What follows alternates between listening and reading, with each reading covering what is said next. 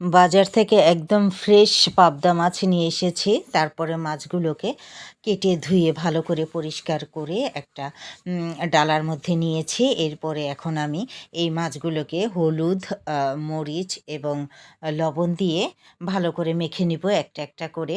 খুব সুন্দর করে যেন মশলাগুলো ঢুকে যায়। এরপরে ১৫ মিনিট এই মাছগুলোকে মশলা মাখিয়ে আমি একটু রেস্টে রেখে দেব।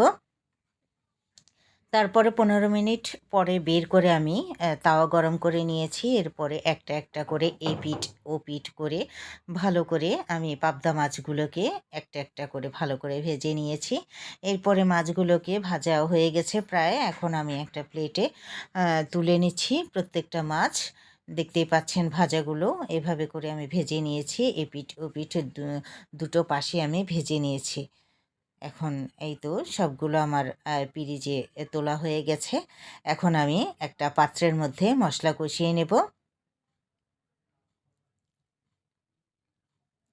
এই তো একটা পাত্রের মধ্যে আমি পেঁয়াজ বাটা, রসুন এবং আদা বাটা তেলের মধ্যে ছেড়ে কষিয়ে নিয়েছি। তারপরে গুঁড়া মশলার মধ্যে হলুদ, মরিচ, ধনের গুঁড়া আর একটু বাটা জিরে গুঁড়ো দিয়েছি।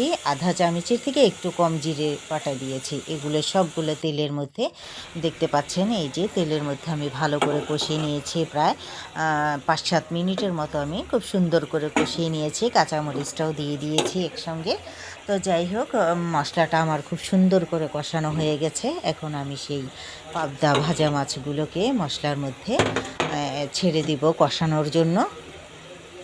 তো যাই হোক, মাছগুলোকে একটু ছাড়িয়ে ছাড়িয়ে দিয়ে মশলার সঙ্গে মিশার জন্য এর মধ্যে এখন আমি আবার টমেটোগুলো একটু ছেড়ে দেব একটু কষানোর জন্য। টমেটোটা সহ কষিয়ে নেব যেন টমেটোটা একটু গলে গলে যায়। এই তো টমেটোগুলো দিয়ে দিচ্ছি। এখন টমেটো এবং মাছগুলো একটু সুন্দরভাবে আমি ২-৩ মিনিট একটু মিডিয়াম ফ্লেমে রেখে কষিয়ে নেব। তো এই তো প্রায় কষানো হয়ে গেছে।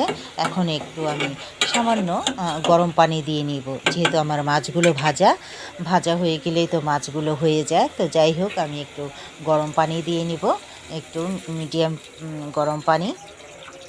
টমেটোগুলোও গলে গেছে। তো আমি একটু চামচের সাহায্যে না নেড়ে একটা লুসনি দিয়ে আমি পাত্রটাকে ধরে ভালো করে নেড়ে চেড়ে নিব, যেহেতু ভেঙে যেতে পারে চামচ দিয়ে নাড়লে। তো এইভাবে আমি একটু ৫ মিনিট রান্না করে নেব।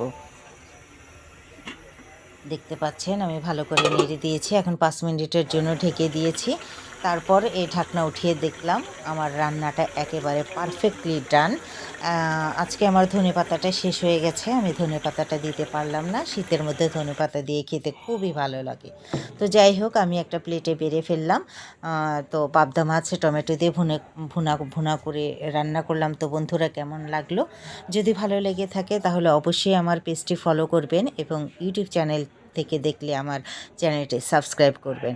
আশা করি আপনাদের কাছে ভালো লেগেছে। অবশ্যই ভালো লাগলে আমার সঙ্গেই থাকবেন। আজ এই পর্যন্ত। আল্লাহ হাফেজ।